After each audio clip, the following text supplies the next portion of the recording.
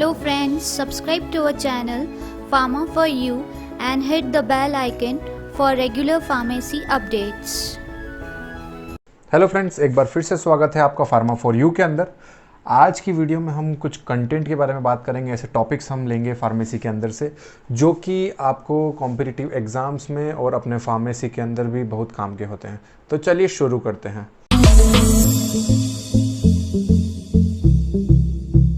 तो देखिए, पहला जो टॉपिक हम लेने वाले हैं HLB के बारे में बात करेंगे। तो HLB होता क्या है? तो देखिए, ए हाइड्रोफिलिक, लिपोफिलिक और बी यानी बैलेंस। तो आखिर HLB एक स्केल होती है और HLB आखिर बनाया क्यों गया? सबसे पहले हम तो देखिए इसके अंदर जो टर्म्स हैं उनकी हम बात कर लेते हैं। तो पहली जो चीज़ है वो है हाइड्रोफिलिक। हाइड्रोफिलिक यानी क्या होता है?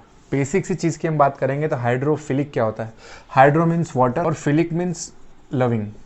ठीक है, हाइड्रोफिलिक अगर वो पानी से उसको प्यार है, ठीक है, उस मटेरियल उस चीज़ को पानी से अगर प्यार है तो वो कहलाएगा हाइड्रोफिलिक।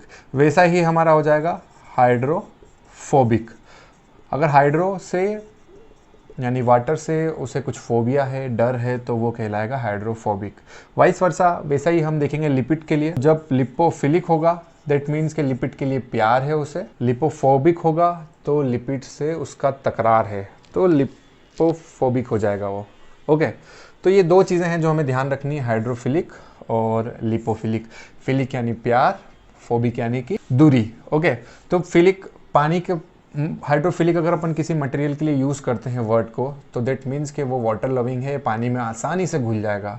वैसे लिपोफिलिक की अगर बात करेंगे तो वो लिपिड लविंग है, लिपिड में आसानी से घुल जाएगा। और फोबिक उसका उल्टा होता है, यानी डरते हैं वो। और ये दो टर्म्स थी जो कि हमें सीखनी थी। ये हमने दो टर्म्स यहाँ सीख ली।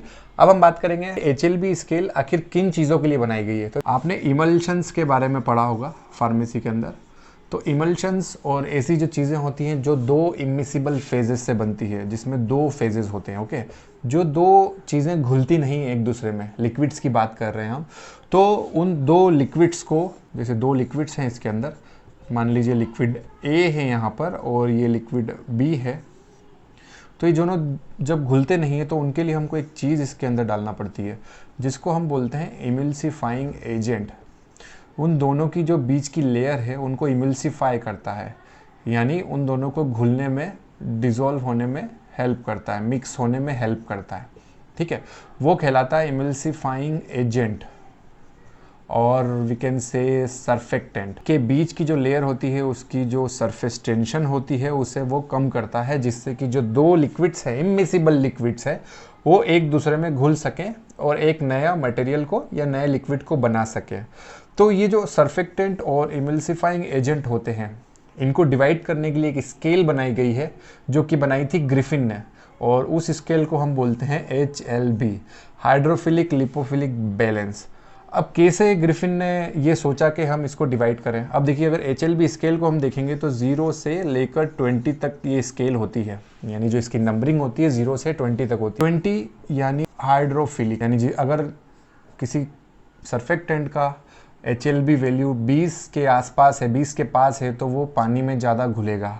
अगर 0 के पास है तो वो हो जाएगा लिपोफिलिक। ठीक है, 0 यानी लिपिड सॉल्युबल, 20 यानी वाटर सॉल्युबल। ये जो स्केल है इसको बनाने के लिए उन्होंने एक फॉर्मूला यूज़ किया था, HLB 20 इंटू, इसके अंदर होता है 20 into molecular weight of hydrophilic end और molecular weight of full surfactant. ठीक है, अब सरफेक्टेंट जो होता है वो कुछ इस प्रकार से होता है।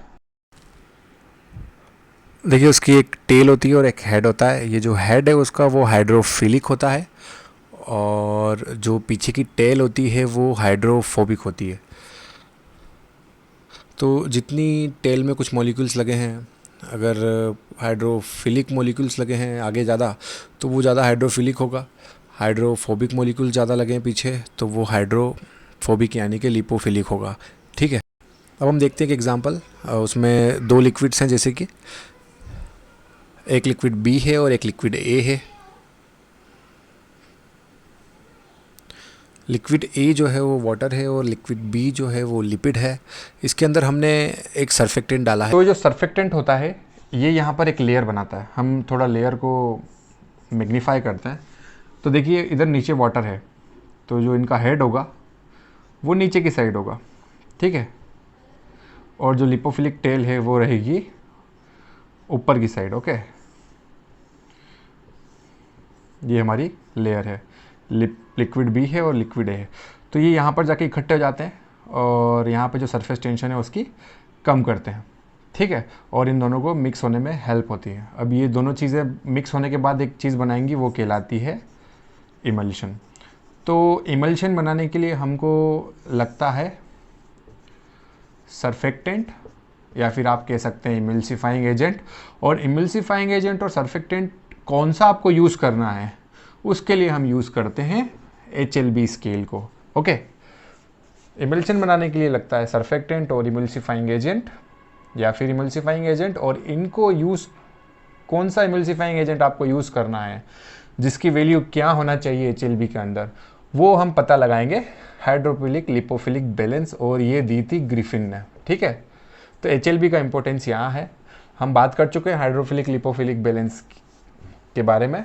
तो ये 0 से 20 तक, 20 यानी कि ज़्यादा पानी में घुलने वाला और 0 यानी कि ज़्यादा लिपिड में घुलने वाला। अब देखिए आपके सामने है, ये है HLB स्केल, और देखिए हम यहाँ पर देख रहे हैं 18, जैसा कि मैंने आपको पहले बताया था कि आप जितना 20 के पास जाएंगे वो कहलाएगा हाइड्रोफिलिक, और जितना आप 0 के पास जाएगा वो कहलाएगा लिपोफिलिक। यानी कि अगर 0 वैल्यू है किसी की तो वो लिपोफिलिक यानी लिपिड में ज़्यादा सॉल्यूबल है।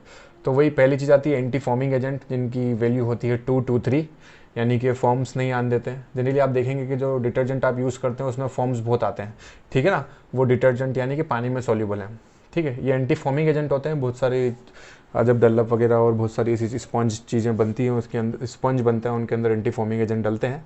इनकी वैल्यू होती है 2 to 3, यानी मोर लिपिड सॉल्यूबल होते हैं। उसके बाद देखिए water in oil emulsifying agent, इनकी वैल्यू 3 to 6। अब वाटर इन ऑयल क्यों कहला रहा है, क्योंकि आपको पता है जब वाटर इन ऑयल इमल्शन होगा तो उसमें वाटर की मात्रा कम होती है और ऑयल की मात्रा ज़्यादा होती है, ठीक है। ऑयल की मात्रा ज़्यादा होती है तो वाटर कम होता है, तो ऑयल ज़्यादा यानी हमको लिपिड सोल्यूबल सरफेक्टेंट चाहिएगा, जो लिपिड में ज़्यादा सोल्यूबल हो और पानी में कम सोल्यूबल है, क्योंकि पानी हम कम मात्रा में ले रहे हैं। तो इसीलिए वहाँ पे हम यूज़ करेंगे water in oil emulsifying agent, जिनकी वैल्यू होती है 3 to 6। उसके बाद आते हैं वेटिंग और स्प्रेडिंग एजेंट, इनकी वैल्यू होती है 7 से 9।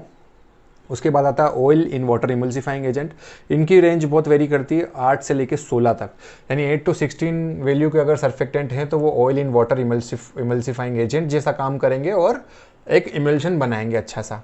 डिटर्जेंट जो आप घर में यूज़ करते हैं तो देखिए उनकी होती है 13 to 15, यानी इनको बहुत वाटर सॉल्युबल बनाया जाता है, क्योंकि वाटर के अंदर ही कपड़े धोते हैं आप, और उसके अंदर जो ऑयल होता है, जैसे आप देखते हैं कपड़ों के अंदर ऑयल लग जाता है तो वो आसानी से निकल जाता है। तो किसकी हेल्प से निकलता है, डिटर्जेंट की हेल्प से। तो डिटर्जेंट क्या वाटर में ज़्यादा सॉल्युबल होता है और ऑयल के अंदर कम सॉल्युबल होता है। जो लास्ट होते हैं सोल्यूबलाइजिंग एजेंट होते हैं, यानी इनकी सबसे लास्ट वैल्यू होती है 15 से 18। ये सोल्यूबलाइजिंग एजेंट होते हैं, यानी किसी भी चीज़ को सॉल्युबल करने के लिए, क्योंकि सबसे ज़्यादा ये पानी में घुलते हैं तो ये किसी भी चीज़ को आसानी से सॉल्युबल कर देते हैं। अब देखिए इसका इंपॉर्टेंस कॉम्पिटिटिव एग्जाम्स में क्या होता है। अगेन की वैल्यू होती है 13.2, यानी कि ये मोर वाटर सॉल्युबल है। तो देखिए oil in water emulsifying agent अगर है तो 8 से 16 उसकी रेंज होगी, यानी कि ये 13.2 है, ये होगा ऑयल इन वाटर इमल्सिफाइंग बनाने के लिए, ठीक। अकेशिया को आप यूज़ कर सकते, अकेशिया की जो वैल्यू है वो है 8 है HLB, तो यानी आप उसको यूज़ कर सकते हैं oil in water emulsifying agent के लिए। तो दोनों ही ये जो होंगे अकेशिया और ट्रिगाकेंथ, ये यूज़ होंगे ऑयल इन वाटर इमल्शन बनाने के लिए, क्योंकि दोनों ही पानी में ज़्यादा घुलते हैं। क्योंकि देखिए आप यहाँ देखिए 8 से 16 रेंज है और इसकी भी 13.2 है और 8 इसकी है, तो ये दोनों oil in water emulsifying agent जैसा काम करेंगे। अब एक हम बात करते हैं ग्लिसराइल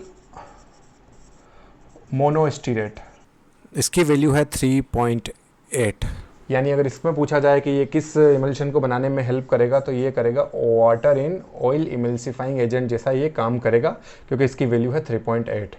तो आपसे एक पर्टिकुलर इमल्सिफाइंग एजेंट का नाम लेकर और ये लेकर भी पूछा जा सकता है कि ये कौन सा इमल्शन बनाने में हेल्प करेगा, या फिर आपसे रेंज भी पूछी जा सकती है। डिटर्जेंट कौन सी रेंज में आते हैं 13 to 15, oil in water emulsifying agent कौन सी रेंज में आते हैं 8 to 16, तो आप इसे याद कर लें।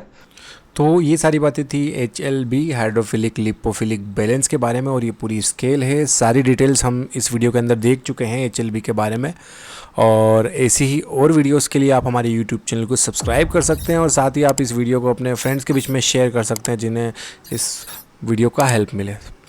Thank you so much.